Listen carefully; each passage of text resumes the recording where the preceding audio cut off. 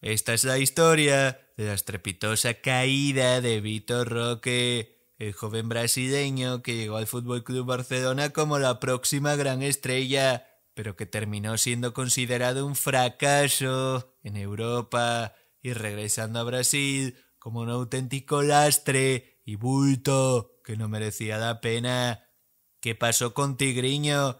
¿Fue víctima de las circunstancias, de su entorno personal o de las maniobras de su agente André Curi? Quédate hasta el final, porque esto tiene tela. Dale like, suscríbete y activa la campanita para no perderte ningún video.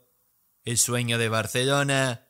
Vitor Roque llegó al Fútbol Club Barcelona en enero de 2024 con solo 18 años, procedente de Atlético Paranaense de Brasil.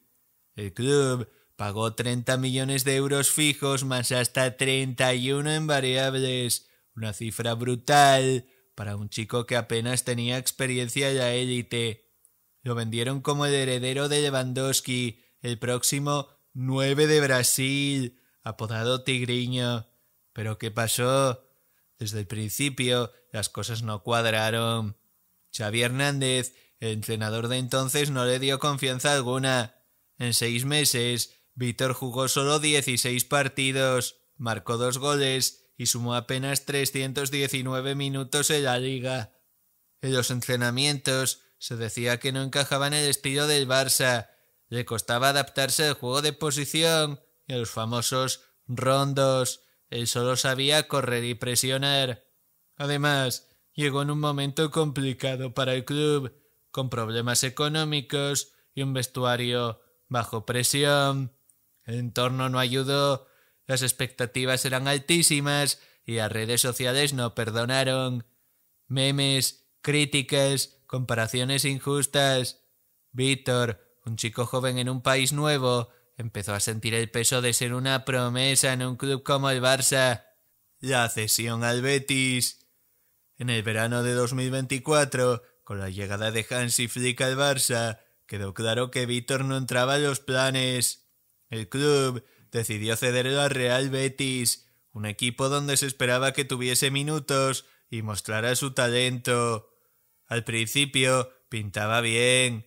Vítor empezó marcando goles, pero ojo, muchos fueron en competiciones menores o contra rivales débiles, como el Gébora, el San Andreu o un penalti en la Copa del Rey contra el Barça, en una derrota 5-1 en el que Iñaki Peña, guardameta del Barça, pareció dejarse marcar el penalti.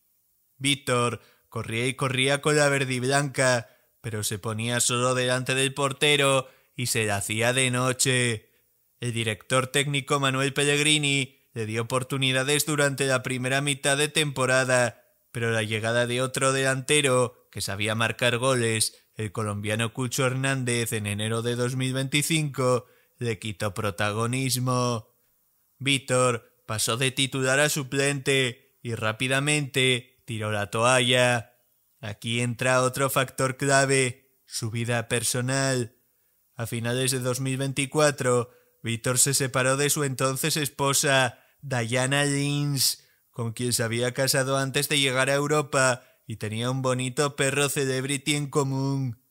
La ruptura fue pública y mediática, con Diana publicando mensajes en redes sociales que dejaban mal parado al jugador. Este torbellino emocional afectó a un chico de apenas 19 años, lejos de su familia, en un país desconocido y con la presión de demostrar su valía. La psicología juega un papel enorme en el deporte y Vítor parecía estar perdiendo la batalla mental. El regreso fallido a Brasil. En febrero de 2025, Vitor Roque regresó a Brasil para fichar por el Palmeiras en una operación récord. 25,5 millones de euros fijos, más 5 en variables. El traspaso más caro en la historia del fútbol sudamericano, superando el de Luis Enrique, del Betis al Botafogo. A primera vista, parecía una gran oportunidad para relanzar su carrera en un club top de Brasil, pero muchos lo vieron como un paso atrás. Con solo 20 años, volver a Brasil tras fracasar en Europa no es lo ideal para una promesa. En Palmeiras, Vítor debutó con polémica tras un piscinazo fingiendo un penalti, lo que generó críticas. Aunque el club lo recibió como una estrella, la presión sigue ahí.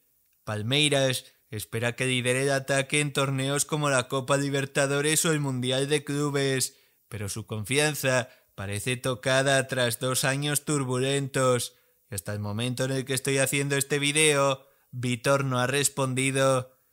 Tras 7 partidos en una liga inferior como la brasileña, aún no ha marcado ningún gol, y en el Verdão se están desesperando con el tigriño. Y aquí entra el gran señalado de esta historia, André Curí, su agente. Vamos a hablar de él, porque muchos creen que Vítor fue víctima de sus manejos. El cerebro detrás del fracaso. André Curí no es un desconocido en el mundo del fútbol.